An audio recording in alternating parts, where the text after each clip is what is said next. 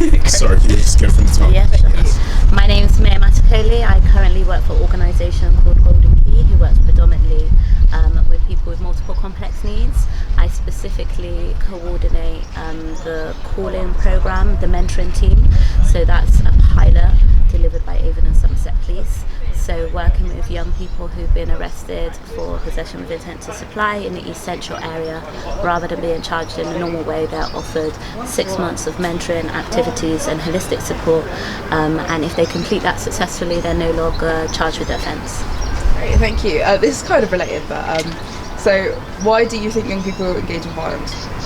I think there's multiple reasons that young people are involved in serious violence. I think we need to have really honest conversations about trauma and experiences of young people, but also the role of the community and society towards our treatment of young people, whether that be taking away their safe spaces, whether that's telling them that they're trouble and that they're criminals, the language that we use around young people, but also I think thinking about the different contributing factors such as education, the way that our young people are nurtured, whether they're excluded, whether they're engaged in education, the lack of opportunities for young people currently in the community, as well as structured positive activities that they can engage in. I think there's numerous reasons, thinking about the family role and how family is access support, but also the way that we criminalise young people, and specifically thinking about young black men and the way that they're portrayed in the media.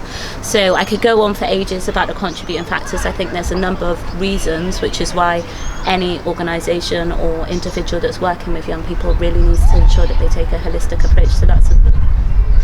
Thank you very much. And so what strategy do you and your organisation adopt when tackling youth violence? So the way that we work with young people is trauma informed, so recognising the trauma and experiences of young people, but taking it one step further in terms of creating psychologically informed environments. So that's about ensuring that we understand what's best practice, that we know how we can work best with these young people, recognising that their needs differ, and how can we respond to those appropriately, ensuring that our staff are well trained and have an understanding of psychologically informed approaches and trauma and how to work with that, and also that we're client centred, so that our young people have a voice, and that wherever possible we work in co-production or collaborate with the young people that we're supporting. Great, thank you. And what have you learned from the method that you adopt, and are there any ways that you think it can be? I think I've always known that young people, there's not a young person who has this vision of being big and bad and involved in serious violence. Actually, what we're talking about is young people who have been neglected and failed by the wider system and the community. And so actually I think the biggest learning for me is that these young people have aspirations, and it's our role to make sure that we unlock them and we support young people and be alongside of them to support their voice and their growth and their development. Great, thank you. And finally, what do you think is most important to effectively tackling youth violence? I think to effectively tackle youth violence would be a collaboration amongst a number of different agencies and organisations, and young people themselves and their parents and carers involved in the conversation and the plan.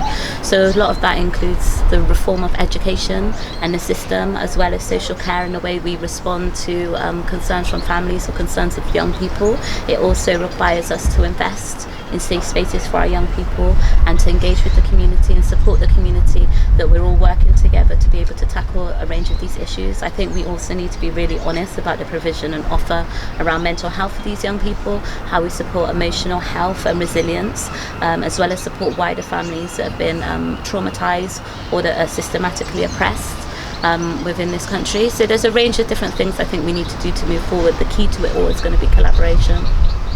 Great, thank you Thanks. so much. Your voice is really, really valuable. No worries.